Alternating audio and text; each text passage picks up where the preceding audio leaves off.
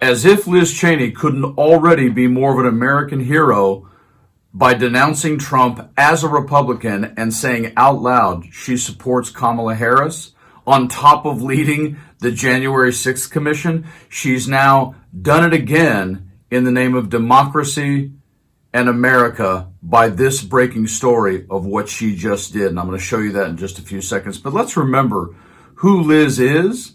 I mean, daughter of Dick Cheney, for the love of goodness sake. And yet, we know we're on the brink of, already in, a form of oligarchy in this country that is just unacceptable, where money buys all forms of power. And one of the only ways you can fight power is sometimes going against some sort of identity or symbol, but also the old-fashioned boycott, the old-fashioned form of when you want to get somebody's attention who's wealthy, where do you hit them? You hit them in the pocketbook. That's where you hit them. And this breaking story from Liz Cheney is outstanding because this is the lady who has spent time over and over again discussing these key points and also making this lovely statement about Donald Trump in terms of his ability to do anything. We need our political system to reflect the goodness of the American people. And that,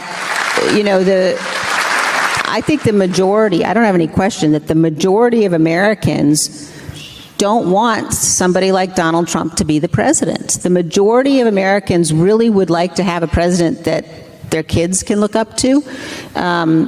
They really would like a president they know is going to defend the peaceful transfer of power. Because I have spent time with Vice President Harris, because I have come to understand what she believes about how she will govern, that she will be a president for all Americans, that she's committed to listening and committed to having viewpoints, some of which, come from different ends of the political spectrum. And if you think about how you conduct, your life outside of politics, how we all conduct our everyday lives, those are the kinds of people that you trust. Those are the kinds of people you can work with.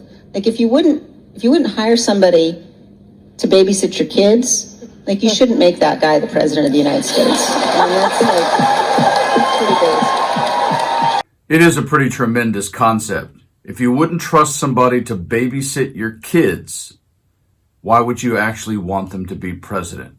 And yet, this breaking story just goes to show that where we live in this country, with people like Jeff Bezos having monster control of a media outlet such as the Washington Post, when for decades and decades, in my entire lifetime, these newspapers have always come out and endorsed someone.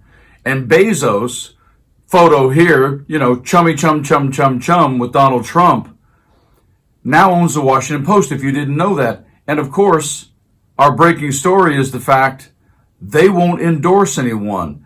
And Liz Cheney just called him out. Yep, take a look. Here's the story. Liz Cheney cancels Washington Post subscription after outlet won't endorse presidential candidate. In her quotes, "First of all, it's fear," said Cheney, of the Jeff Bezos-owned publication's decision to not endorse Kamala Harris or Donald Trump.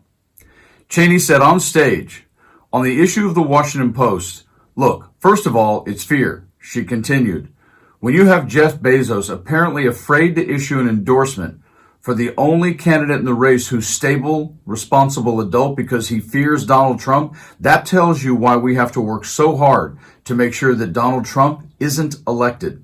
She added, "And I think also we ought to not forget what has happened, forget who's taken brave and courageous stands, and I canceled my subscription to the Washington Post.